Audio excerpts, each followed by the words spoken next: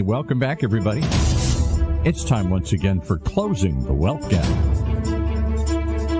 The one show, maybe the only show, that shows you how to close the wealth gap in your own life with the man who's done it for many, our wealth coach himself, Tyrone French. Hey, Tyrone. Hey, welcome to another edition to Closing the Wealth Gap. I'm your host, Tyrone French. We got my producer, my friend, my buddy, my confidant, Mr. Paul Roberts, on the other line. And Paul, I tell you what, buddy, we got a great show lined up for today. I don't know why you didn't have me dress up more today. You just have the most interesting people, but it's usually a casual conversation. Today, you tell me you got the guy. We got lucky enough to get an interview with Mr. David Morgan. And a lot of people probably have never heard of David Morgan as far as on our show. But this David Morgan is considered the guru of silver. He has a lot of YouTube videos. He's all over social media. We're just happy and thankful that he's on our platform, that we can spread this message, because there's a lot of things getting ready to come down the pipeline that a lot of people are just not prepared for. And I have a lot of friends that, they'll stockpile cash. I mean, large denominations of cash, thinking that they're safe, which is actually they're doing the wrong thing. Why is everybody looking at me? That's what I do. You put money aside. I stick it in the mattress. I stick it in the bank. I've got cash to take advantage of something when I need it. Again, and it feels like the right thing to do, but we're going to shed some light on this subject today. And also, David Morgan did an interview. It's on YouTube. I would highly recommend, our audience to go over to YouTube, check it out. It was with Daniela Cambone. I'm going to spell that last name for you. Cambone. It's the Stansbury Research. And it got a lot of views. There's a lot of information on there, a lot of good content. There's a lot of technical stuff that he's talking about, but he breaks it down to whereas anybody can understand it. So without further ado, I'm going to bring in Mr. David Morgan. Mr. Morgan, are you there? I am here. Okay. Again, thank you for being on the show today. We know your time is valuable, sir. We're going to jump right into it.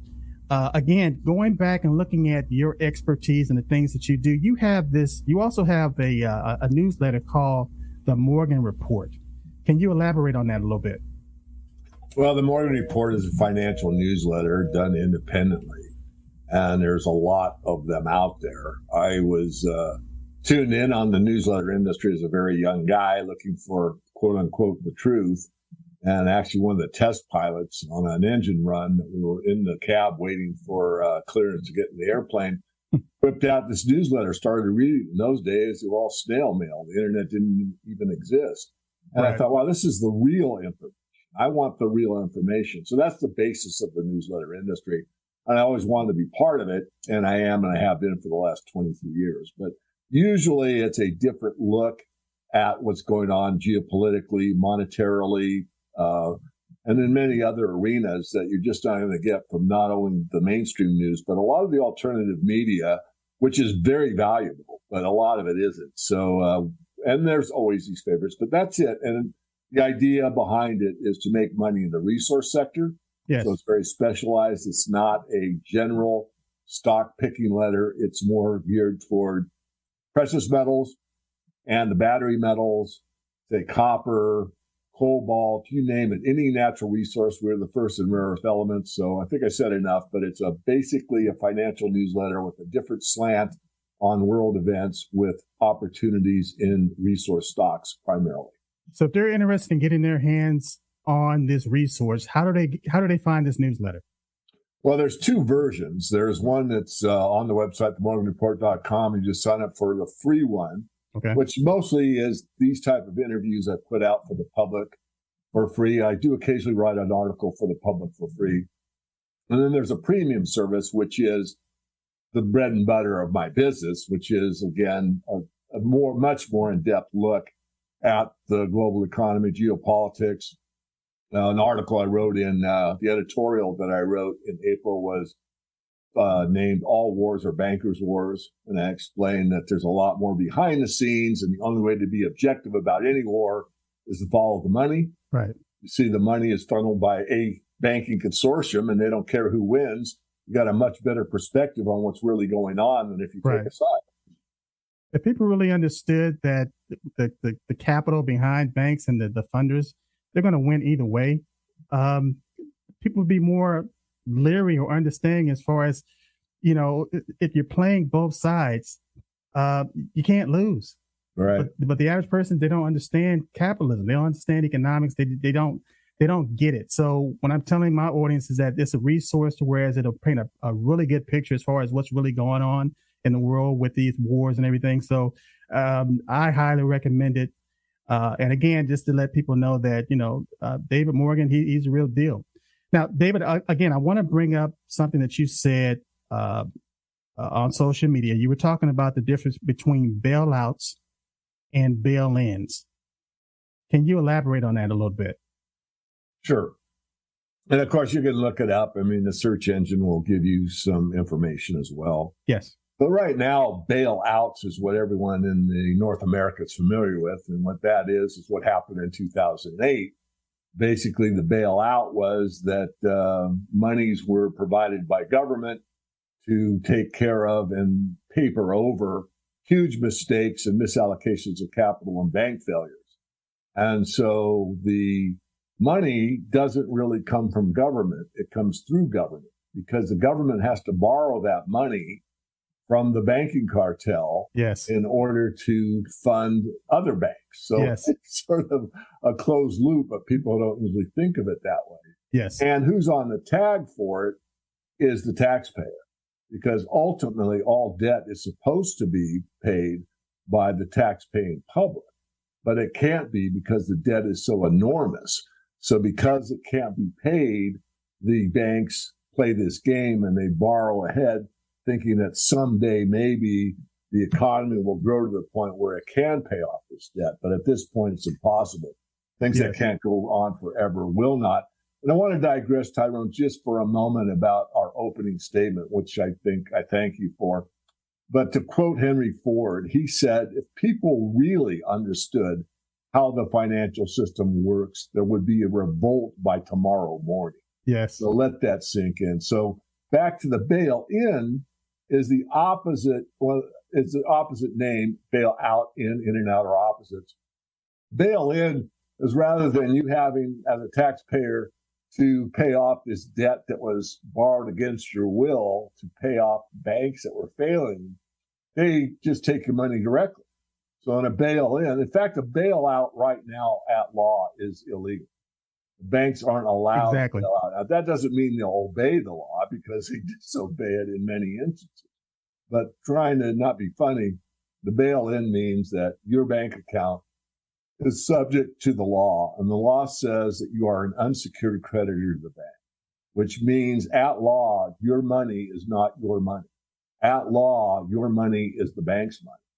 And if the bank decides they want to take that money to prevent them failing, they will give you something in return for that. They'll give you equity in the bank, which is basically like a stock certificate. The problem with that, Tyrone, as you well know, is that you usually get a return of about 5 cents on the dollar. Exactly. So in Cyprus, you got about 5 cents on the dollar. Lehman, I think, got 7 cents on the dollar. So what you get is a hose job, basically. And this is something that most people are unaware of. They're not even haven't heard of bail-ins. It's not really discussed out in the public domain very much. And people don't really understand that it is at law. It's available to the U.S., Canada, and the U.K., and probably other places. It took place in Cyprus already. Yes. And we know that we're facing that probably in our future. Will it happen? I can't guarantee it will. What I do know is it's possible. Well, David, and that's why I brought you on, because based on what you just said, it's an eye-opener and an aha moment to a lot of my listeners, because they assume that when they put their money in the bank, it's their money. And the bank is acting as a fiduciary to whereas at any time, at any given time, they can walk into that branch or go to that ATM machine and pull that money out without any problems. And it's just not true. It's not true. Really, if you look at it from a top level view, there's two types of money. There's a debt-based monetary system, which we have now, and there's debt-free money. Debt-free money has no counterparty risk, which means gold and silver. Its value in and of itself, and it doesn't have any counterpart. Exactly. Whereas if you look at the debt-based monetary system we have now, even if you have the most sacrosanct investment that we're taught to believe, like a U.S. Treasury bill, note, or bond, it's the full faith and credit of the United States. Yeah, but all that really means is it could print more of it. Absolutely. So you might put a $10,000 investment into a U.S. bond. It's so safe, and you'll get your $10,000 back. But the $10,000 might only buy you what $5,000 did, 2 years earlier. And that's the track we're on. Because of inflation, because of monetary devaluation, and again, people, we really need to get to the bone, the bare knuckles as far as what money, the difference between money, or the difference between money and currency. And a lot of people think that they have money when they actually have currency or fiat currency that's not backed by anything. Exactly. I mean, as I said, you've either got money or you've got debt, and debt isn't money. Now, the system is a debt-based system, so you're paying off debt with debt. Exactly. So when you go to the bank and you take out $100 from the ATM machine, that's somebody else's obligation to pay back something of value. But was that value the same as it was when that debt was created? And the answer is no, it's not. No, it's not. And, people are struggling financially. Prices are going up, but wages are stagnant.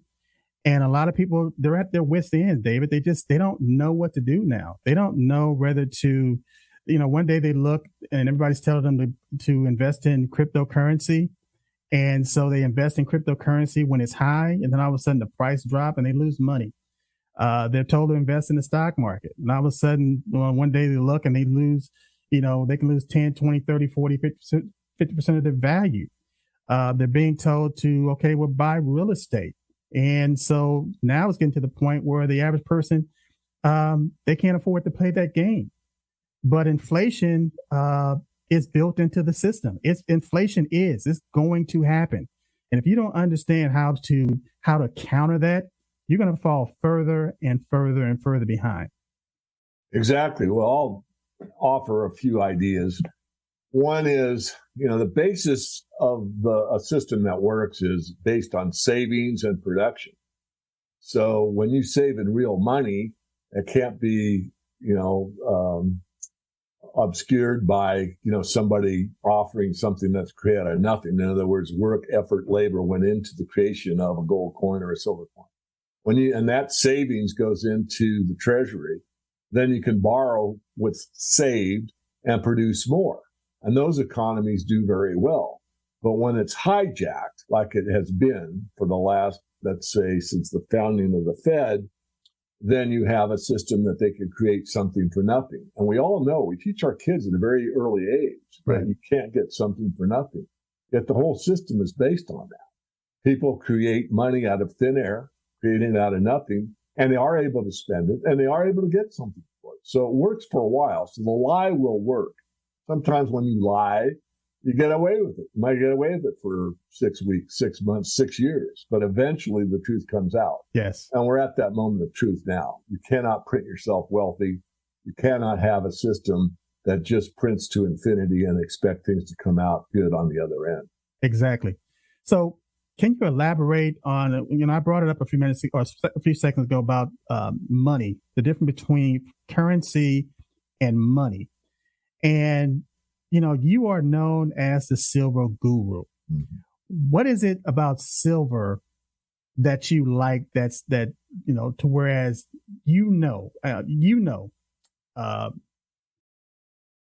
that it's one of those things that it's so undervalued right now that a lot of people don't understand the opportunity that's there right now. And the people, the so-called experts that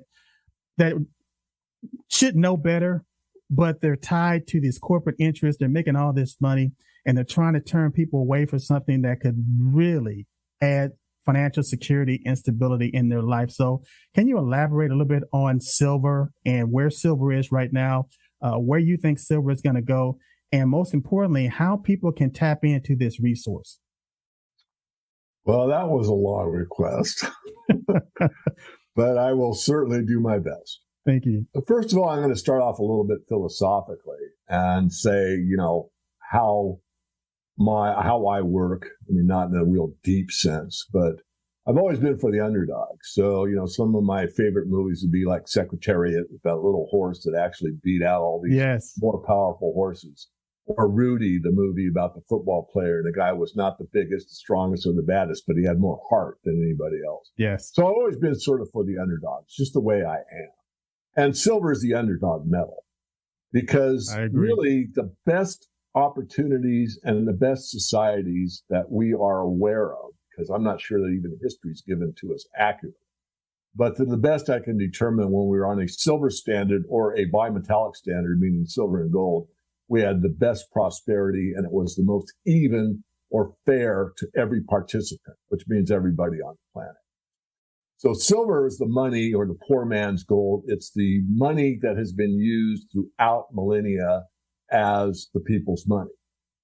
So there's been more commerce done with the trading of silver coins than gold ever thought of having. People have understood up till, the 1900s or so, and even beyond that silver was money. And in fact, the word silver and money is identical in the Romance languages. So, like, for example, argent means money in French. So if you told somebody that silver isn't money, which is often said in the modern era, they don't know what you're talking about. You'd be saying argent isn't argent. How can silver not be silver, or how can silver not be money? Exactly. So the idea is that the bankers want control. And the way that bankers get control is by making a monometallic standard, which is what happened in the 1873 time frame, where we went from a bimetallic standard to a gold-only standard. And the whole Wizard of Oz is a metaphor for the Eastern establishment going on the yellow brick road to the Emerald City, which is the greenback, to take care of the Lion, the Scarecrow, Dorothy, and basically take over the system, where the people were enslaved, basically. Of course, this is watching the movie. You can get that idea or not. By a banking establishment, the Great Wizard of Oz coming to the fore. Now, that metaphor showed what happened when silver was taken out of the monetary system. And it caused very big problems for the people, for the underdog. Yes. But it enriched the bankers because they had most of the gold. Yes. So we've been on a de facto gold-only standard up until 1933. And then, of course, Roosevelt said, well, gold could be used for settlement internationally, but as U.S. citizens, you can't trade with it. In fact, you can't even own it. You got to turn it in and get paid for it. Wasn't really confiscated. They didn't come and take it and not give you anything in return. They gave you the going rate at the time, which is $20 for a gold piece. And then they changed the value and moved it to 35.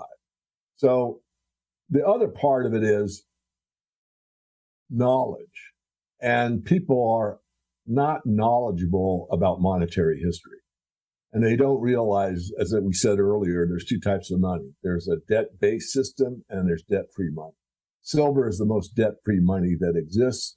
And the reason being is the bankers really don't have much of it. The bankers have a lot of gold and have been net gold buyers since 2011. Basically, since the financial crisis of 2008, banks have wised up and started hoarding more and more gold. But you'll never hear that on the mainstream financial. Exactly. And silver is something that the people could actually take the power, because silver is not only needed as money, it's needed in industry. Yes. To a great deal. So it's like a stock buyback program, which, Tyrone, you're very familiar with. But if I had a XYZ company and I was buying back 50% of my shares every year, I would be strengthening the stock price. And that's basically a metaphor for silver, because 50% of the silver supply that comes out of the ground each year is bought up and used by industry. Yes. Well, and only the other 50% for silverware, silver jewelry, and money. I like that. I like that. I also give an example where, let's say back in 1965, you decided you wanted to buy a brand new car. And let's say that car was going to cost you about $2,500.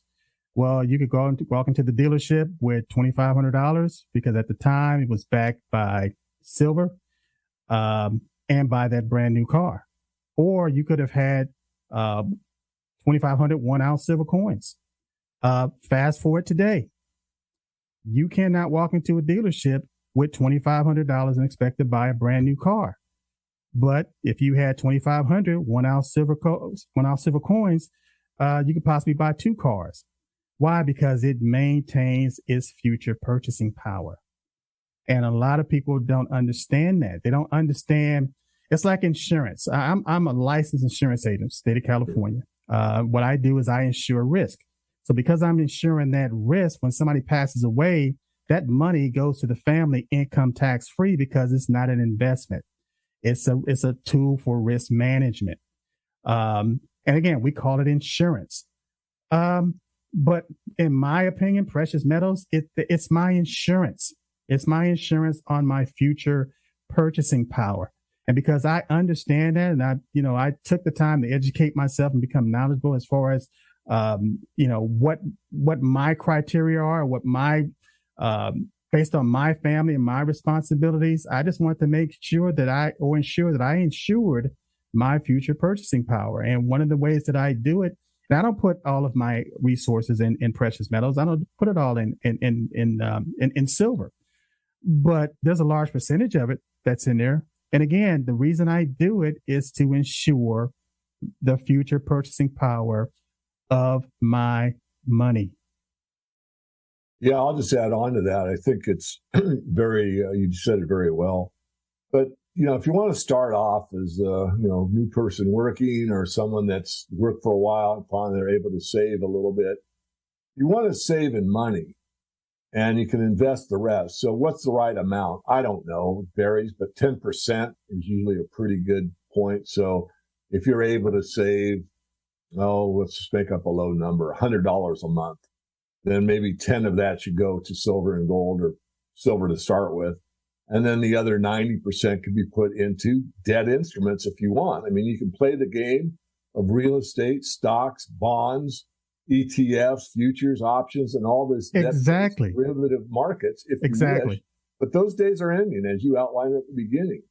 And as they continue to crumble, in some areas real estate will go up, and I understand all of that. And there'll be certain stocks that go up. I mean, look at the oil sector. But overall, there is a big shift between things we need and things we want. And the things we want are usually bought on credit. I want that big house, I'll take out a mortgage. I want that fancy car, I'll take out a car loan. Right. I want that education, I'll take out a student loan. I want that dress now, I'll put it on a credit card. So all of that funny money, I call it, is going to disintegrate over time. And it's becoming more and more rapid as we speak. And the real money will adjust to it. Now, I know gold and silver aren't performing as expected at this point in time because there's usually a lag. And the lag is, how do you perceive it? So let's just take a little trip down a thought experiment. If you weren't in the U.S.-based system, you were in the United Kingdom, you'd see gold at an all-time high. How about that cat's meow? Or what about any other currency other than the U.S. dollar? You'd see gold performing quite well. So when you hear everyone say gold's not doing anything, it's a U.S.-centric view. Doesn't mean it's invalid. It just means that the dollar is stronger relative to everybody else because as much as we're printing, these other countries are printing faster than us, and therefore the race to the bottom, where the currency becomes worthless, is accelerating in all these other countries, and eventually it'll take the dollar down with it. Exactly. Also, that's a perfect segue as far as when we're talking about money and currency. There was an executive order that was signed by the Biden administration in March of this year. Executive order, I'm going to just round it off, 14067. 14067. And it had to do with digital currency. And a lot of people are looking at as far as the central bank. We talked about the central bank earlier and how it was established in 1913. All of a sudden, you had this income tax system that came in same year. And all of a sudden, you couldn't pay your taxes, and with chickens and livestock and vegetables, you had to pay it in dollars. And so we had this system, the bank, and I love my bankers. Don't get me wrong. I mean, I depend on my bankers. I love my bankers, but over a period of time, we've created this Frankenstein, and people don't know how to get out. And now everything is going digital. And again, you got these different digital currencies, and people are, some people have made money, and some people have lost money. But now we're getting to the point where they're starting to do studies based on, the dollar being digitized, and they're looking at the central banks and doing probability studies to figure out, how do we make this happen? So I think that's the next leap. And David, while I have you here, and I know I'm asking you a lot of questions, but your resource, the value, the knowledge that you have, I want to tap into it, because I want people to hear straight from the source, based on the knowledge and the experience that you've gained, the insight that you have, based on some of the questions that people just don't know. They don't know. If you don't know the right question to ask, a lot of times you're not going to know what the answer is. You may have a problem, you may have a situation that you're dealing with, but you don't know the questions to ask to get yourself out of it. And you're here today as this resource to my audience, to my listening audience, closing the wealth gap, to whereas what you bring to the table, the knowledge that you bring to the table, to me is just invaluable. So can you elaborate on this executive order 14067, and just give a taste to my audience, just based on what this means to them in the future, just based on digital currency? Sure. Well, let me say a couple things first. One, Tyrone, thank you for having me on your platform. Secondly, what I'm going to say about Executive Order 14067 will be kind of a top view, but if you really want to get into it, you can go to my website, themorganreport.com, go to the blog tab, pull down the blog tab, hit blog, and then there's a search engine on the right side, and what you want to look for is Crypto Conspiracy number 24. Okay. And I go deeply into 14067. It was issued on March 9th, 2022, and there were a few sections. It was titled Ensuring Responsible Development of Digital Assets. Yes. So that right, which is there, a mouthful. The title tells you that the U.S. government is going to be developed, or is developing, a digital asset. It talks about how much the digital assets have increased from 2016, from roughly 14 billion to over 3 trillion now. And it also says that some central banks are using CBDCs, and they're referring to China. China already has a digital yuan. It's based on a social credit score, and it's working just fine. If you consider complete control from the top down, working fine. Exactly. The objectives is the principal policy objective of the United States are as follows: protect consumers, investors, and businesses in the United States. Well, that sounds good, but really you have to flip it, because almost anything from the mainstream news is, if you take the 180-degree view, you have a more accurate take. And that comes from, not only years of experience just watching these Congress critters and everyone else and what they say versus what they do. So what that's really saying is we want to protect the banks against the consumers, investors, and businesses in the United States. In other words, we want to make sure. I want to interject here that the reason that such a hard push to a central bank digital currency is the bankers don't want to see the dollar go to ultimate zero. Exactly. And I don't think it will. I don't think so either. But they see it's headed there, and it's getting there faster and faster every day. So they've got to finish this game by putting you into a new game before the dollar fails. And there could be some financial messiah that comes along and makes a transition that's really relatively pain-free, that gives a way out of the current system and promises, the Holy Grail to everyone.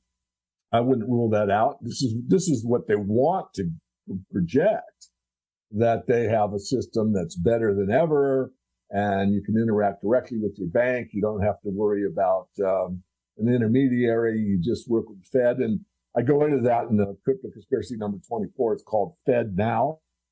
and FedNow is sort of a federally operated by the Federal Reserve. PayPal, I'll say. So in a PayPal system, you know immediately that you've been paid. You know, I pay you for a book that you wrote. I pay you by PayPal. It leaves my account, goes to yours instantly, and we're done. Whereas now with the SWIFT system, especially in large transactions where you wire money, I wire money to you and I wait because the bank's going to hold those funds overnight so they can loan it out and get interest on it. And then it goes to the next bank and they hold on to it and loan it overnight so they can get interest on it. And eventually you're going to get your wired again. So it'll be sold as a good thing. And in some ways it could be a good thing. But in the ultimate, it's giving the bankers complete control. So they talk about the technological advantage to promote responsible development and the use of digital assets, and the coordination, of course, will be the President for National Security Affairs and the Assistant to the President for Economic Policy will coordinate through an interagency process described in the National Security Memorandum. So you can see where I'm going with this. Yes. A bunch of bureaucratic mumbo jumbo that says it's all about us and it's not for you, but we're going to make you think that it's all about it. Right.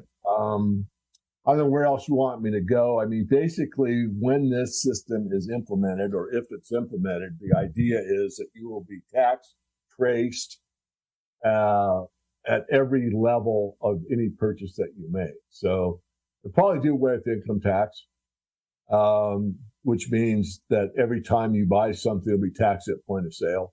So there'll be no, new agency needed.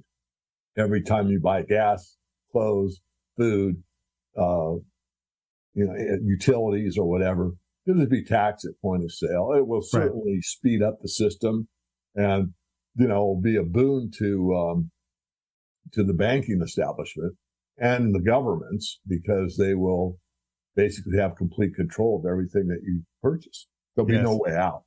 Yes. Really, even a garage sale, you'll be required to not use cash. And the reason is that this system will remove cash from the system. So, for the Bible believers out there, we're looking at a cashless society going to all digital beast system. Right. You're either participating in it or if you're not, then you've got to be basically on your own outside of the system, which means you got to be responsible for your own shelter, your own food, your own utilities, your own water, and that type of thing. And certainly that will happen. I agree. I agree. And again, I could be off base. I mean, there is a possibility that there's some great reset that's actually considered by most to be equitable, fair, and a solution. I don't see it personally at this point, but I can't rule out all possibilities. Again, looking from the underdog position, things happen in the underdog world with, again, Secretariat as that little horse that couldn't beat anybody that won the Kentucky Derby, coming out of nowhere, surprise. So I won't eliminate the possibility of surprise, but the trends that I see are very clear and anyone can verify that. Right. And the trend right now is the new system is to take care of the old system being inoperable very soon. And they just want to convince everybody they've got something better. Right. Whether or not it is or not, I would say from my perspective today, it's not. Well, I tell you, you asked where I was going with this and how, but what I wanted to do was let my audience know that there's a reliable resource that they can go to, that they can get the real deal. And I think the Morgan Report, morganreport.com, is a resource that my listeners can go to and get the information, get the knowledge, and they know that it's trust is something that they can believe in. And how do they navigate your website to find that information regarding the Executive Order 14067? The best thing to do is, first of all, get on our mailing list, our free list. You don't have to be a premium or paid subscriber. Okay. Just go to themorganreport.com, give me a first name and email address, validate it. It's called double opt-in, and you're in. Okay. Every time I do an interview, you will get an email telling you, here it is. Watch it or don't. Your choice. The one with the Executive Order 14067 is elaborated in Crypto Conspiracy number 24. Okay. If you watch that, I give an email that you can use to get the PDF file, which is around 30 pages. It goes into depth. You can print it out or not, read it on your screen. very important knowledge about where the system is going and what this 14067 2022 and other mandates and points of law, I'll call it, Okay. are pushing the public, and many people don't know or are unaware and don't realize Exactly. they're being sucked into what I'll call the beast system. Exactly. Well, I tell you what, David, thank you for taking the time out of your busy schedule to be a part of Closing the Wealth Gap, to share your knowledge, your information. And I'm going to drive people to your website because, again, you're just, the resource that you have. I go to your website. I pull information off when because I don't, it's a difference between having information out there that you can rely on versus having information on there that's sketchy. And I rely on your information, especially when it comes to the precious metals. And I appreciate you for being here. And, Mr. Paul Roberts, are you still there? I am. Wait a minute. I'm still writing stuff down here. Okay. Getting all the sites and everything here. One quick question before you wrap up here. Why are we so illiterate about precious metals? We all know that gold and silver are precious, but I don't know anybody out there other than sophisticated people like yourself and Tyrone that really understand how to invest in it, how to own it, how the market works, anything. Well, Paul, it's just a narrative. It's a narrative that people have been fed into and that they believe and they repeat it over and over again, and they discount it and discard it. But again, what I want to do on this show is just, we want to change that narrative. We want to give people different alternatives to things that work, things that work. And it's not sexy. And that's the thing. Everybody they want right now. They want the large returns and everything. When people really, wealthy people understand that the compound interest, things compound over time. And, a lot of times slow and steady wins the race. Well, you've been anything but slow and steady. I've been writing as fast as I could here today. It's like a fire hose coming at me, and I hope we'll have him back and hear more, because I think it's a market people are fascinated with, but they know nothing about it, and therefore they avoid it. We're going to get a lot of feedback on this show. And again, hopefully we'll bring David back on to do a follow-up. But again, people are going to go to his website. They're going to pull that report, and they're going to have a lot of questions. So we're going to be here as a conduit to ask those questions and to drive people to the Morgan Report. And I want people to go to closingthewealthgap.net, closingthewealthgap.net. The podcast is there. All of our podcasts are there, but I want you to click on that follow sign. If you want to support this podcast, you want to keep it going, just hit follow. Also, there's a sign on there if you want to contribute to this website. We'd be more than happy to receive that. But we're going to keep this train rolling because, again, we're going to keep on bringing guests on like Mr. David Morgan that are experts in their field, that they truly they're for the people. They're for the underdog. And they want you to have this information because, again, we got to close this wealth gap, because the alternative is, the whole system falls apart, and we don't want that. And when I talk about the system, I'm talking about your personal economy. Forget about the macro economy and people looking at the big picture and all these things. No, you need to focus on your economy. That's the most important economy that you're ever going to deal with. And again, Paul, thank you for producing this show. David, thank you for being here again. And we're just going to keep this train rolling. We're going to keep it going. Okay. We're going to keep exploring these stories and more right here on Closing the Wealth Gap. That's our show for this week. Closing the Wealth Gap.